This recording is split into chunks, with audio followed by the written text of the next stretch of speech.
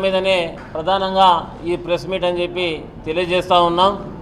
పూర్తిగా తాడిపత్రిలో జరిగినటువంటి సంఘటనలకు ప్రధాన బాధ్యత పోలీస్ డిపార్ట్మెంట్ వారే అని తెలియజేస్తూ ఉన్నా. ఎంచేతనంటే ఇది పూర్తిగా పోలీస్ వైఫల్యమే. తాడిపత్రి ప్రాంతంలో గత 40 సంవత్సరాల చరిత్రను తీసుకుంటే 1989 సంవత్సరం నుంచి కూడా దాదాపుగా 7-8 ఎలక్షన్లు జరిగాయి.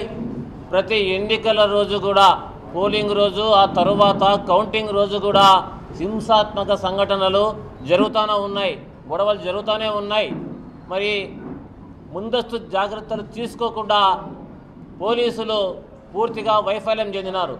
మన చూస్తే సోమవారం రోజు మే 13వ తారీఖు పోలింగ్ రోజు స్వల్ప గొడవలు జరిగినాయి. మరి అది కూడా పరిగణలో తీసుకుంటే బాగుండేది. ప్రధాన అభ్యర్థులైనటువంటి పెద్దారెడ్డి గారి ఇంటి దగ్గర, మరి ప్రభాకర్ రెడ్డి గారి ఇంటి దగ్గర కూడా పూర్తిగా పోలీస్ బందోబస్తు పెట్టేసి అక్కడ అందరిని నిలువరించి ఉంటే ఈరోజు ఈ ఘటనలు జరిగి ఉండేవి కాదు.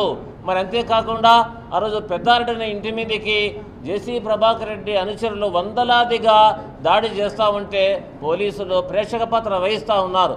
మరి అంతేకాకుండా కొన్ని అరెస్టుల సందర్భంగా కూడా పెద్దారెడ్డి ఇంట్లోకి దూరి పోలీసులు తలుపులు బ్రద్దలు కొట్టి అక్కడటువంటి కంప్యూటర్లు అయితేనేమి, హార్డ్ డిస్కులు అయితేనేమి మొత్తం వాళ్ళు కొట్టేసి ధ్వంసం చేసినారు. నేను తీవ్రంగా ఖండిస్తూ ఉన్నాం. మరి అదేవిధంగా పోలీసులు చాలామంది అమాయకులను కూడా అరెస్ట్ చేస్తూ ఉన్నారు. ఏం చేస్తారంటే యాడికి మండల కన్వీనర్ బొంబాయి రమేష్ నాయుడు, ఈయన భార్య వచ్చేసి ఎంపీపీగా ఉంది, ఈయన సీనియర్ మోస్ట్ నాయకుడు. ఈయన గొడవలు జరిగిన రోజు పోలీస్ కస్టడీలో ఉన్నాడు. మరి ఇక్కడ పక్కన కూర్చున్నటువంటి వ్యక్తి వచ్చేసి సిఐ నాగార్జున రెడ్డి, వీళ్ళ కస్టడీలో ఉన్నారు బొంబాయి రమేష్ నాయుడు. మరి ఆ రోజు పోలీసు వాళ్ళ గ్రూపులో కూడా పెట్టుకున్నారు, బొంబాయి రమేష్ నాయుడు పోలీస్ కస్టడీలో ఉన్నాడని చెప్పేసి ఆ రోజు వాళ్ళ గ్రూపుల్లో కూడా పెట్టుకున్నారు పోలీసులు. మరి ఈరోజు బొంబాయి రమేష్ నాయుడుని తీసుకుపోయి మరి అక్రమంగా నిర్బంధించి మరి కడప జైలుకు తరలించారు. ఇది చాలా దారుణం అని చెప్పేసి తెలియజేస్తూ ఉన్నాం. ఏదేమైనా కూడా పోలీసులు తాడిపత్రి సంఘటనలు ఏకపక్షంగా వ్యవహరించారు. కొంతమంది పోలీసులు, నేను పూర్తిగా అంతమందిని అనడం లేదు, కొంతమంది పోలీసులు వ్యవహరించారు. మరి ఎన్నికల కమిషన్ కూడా వాళ్ళ మీద చర్యలు తీసుకుంది. చాలా ధన్యవాదాలు.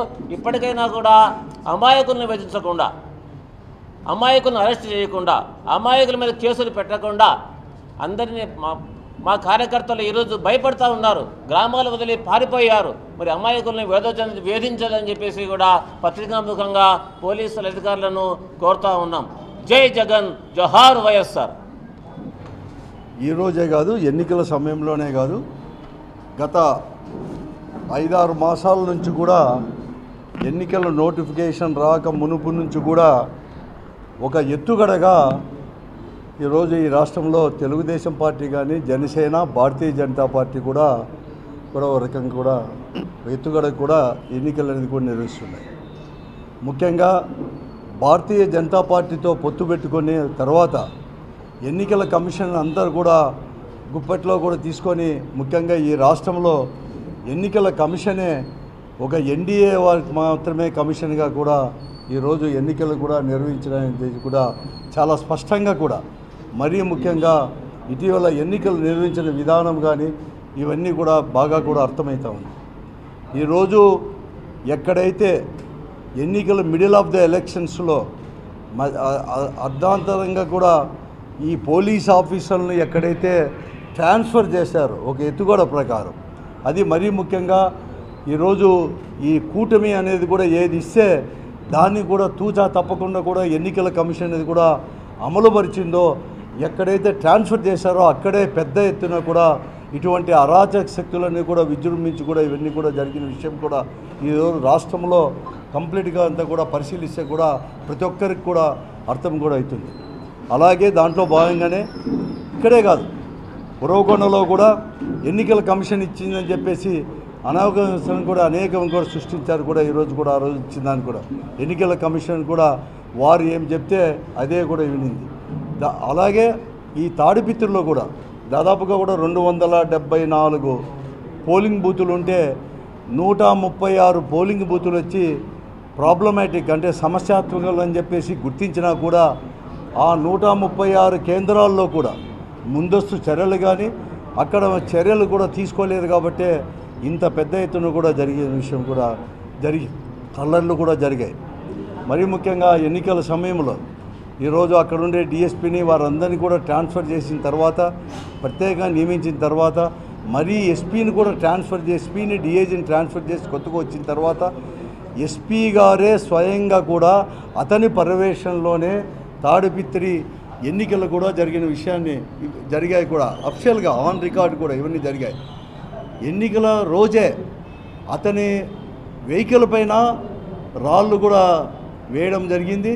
అలాగే పెద్దారెడ్డి వెహికల్ పైన కూడా రాళ్ళు కూడా వేయడం కూడా జరిగింది.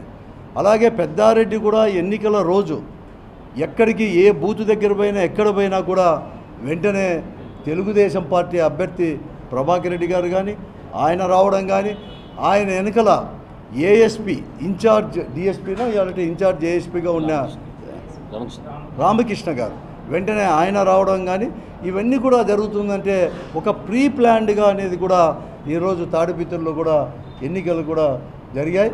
అది తర్వాత వారు కూడా పూర్తిగా కూడా వైఫల్యం కూడా చెందారు.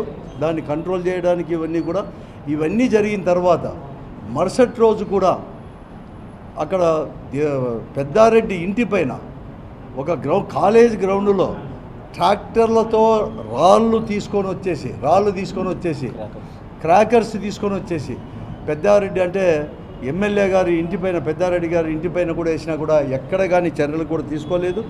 వారి యొక్క వీడియోలు అనేది కూడా చూస్తే ట్రాక్టర్లతో తీసుకొని వచ్చిన పోలీసు వాళ్ళు కూడా ఇది ఎక్కడ చూసినా అన్నీ కూడా ఉండే పోలీసు వాళ్ళు కూడా ఆ మాబు వెనకలే ఉన్నారు కానీ ఎక్కడ కానీ చర్యలు కూడా తీసుకోలేనివి కూడా ఇక్కడ కంప్లీట్గా కూడా పూర్తిగా కూడా అర్థమవుతూ ఉంది అని అన్ని రకాలు కూడా ఇవన్నీ అందరికీ కూడా తెలిసినట్టు ఇవన్నీ కూడా ఇవన్నీ కూడా తీసుకొని వచ్చేసారు. తర్వాత ఆ పొద్దు రాత్రి కూడా పోలీసు వారే పెద్దారెడ్డి ఇంటి దగ్గర పోయారు. పెద్దారెడ్డి ఇంటి దగ్గర పోయేది కాకుండా రాత్రి వాళ్ళే స్వయంగా కూడా లైట్లు ఇవన్నీ కూడా కరిపేసి వాళ్ళ ఇంటిలో దూరి వారి భార్య శ్రీమతి గారు వాళ్ళ యొక్క భార్య ఉన్నా వారిని కూడా లెక్క చేయకుండా పక్కకు తోసి వేసే దృశ్యాలు కూడా ఈ వీడియోలో కంప్లీట్గా కూడా ఉన్నాయి. కాబట్టి మీకు కూడా చూపి మీకు కూడా పంపిస్తాను. అది కూడా దొబ్బేగా లైట్లు అనేది కూడా పైన ఉండే లైట్లన్నీ కూడా కొట్టి లాఠీలతో కొట్టి వారి తర్వాత చితకబాదారు. కాళ్ళతో బూట్లతో కూడా వారందరినీ కూడా కొట్టడం జరిగింది. చాలా విశిష్టత ఎక్కడ కానీ చూడలేదు. మేము కూడా చాలా ఎన్నికలు చూసాం కానీ జరిగినప్పుడు లా అండ్ ఆర్డర్ జరిగినప్పుడు గట్టిగా ఉండాలి కానీ పోలీసు వాళ్ళు అంత విశిష్టరహితంగా కూడా వాళ్ళని కొట్టడము, మరీ ముఖ్యంగా మళ్ళీ మరుసటి రోజు అరెస్ట్ చేసిన వారిని కూడా ఎక్కడ చూసినా పెట్టి కూడా చాలా కూడా ఈరోజు రెండు వైపులా చేసిన ఇద్దరిని కూడా రెండు వైపులా కూడా చాలా విశిష్టరహితంగా కూడా కొట్టడం కూడా జరిగింది. వీపులు గుడ్డలు విప్పి కూడా కొట్టడం కూడా జరిగింది. ఇవన్నీ కూడా దీనిపైన కూడా ఎంక్వైరీ చేయాల్సిన అవసరం కూడా ఉంది. నిన్నైతే ఎస్పీ గారిదే పూర్తి బాధ్యత కూడా ఎస్పీ గారిని సస్పెండ్ చేసి ఎంక్వైరీ చేసినా ఇంకా కూడా ఏఎస్పీ రామకృష్ణ గారు కానీ అలాగే నిన్న ఎవరినైతే అరెస్ట్ చేశారో దాదాపుగా 100-120 మందిని ఉరవకొండలో కోర్టులో కూడా చూపించారు. వారందరినీ కూడా చితకబాదారు కూడా కావాలంటే కూడా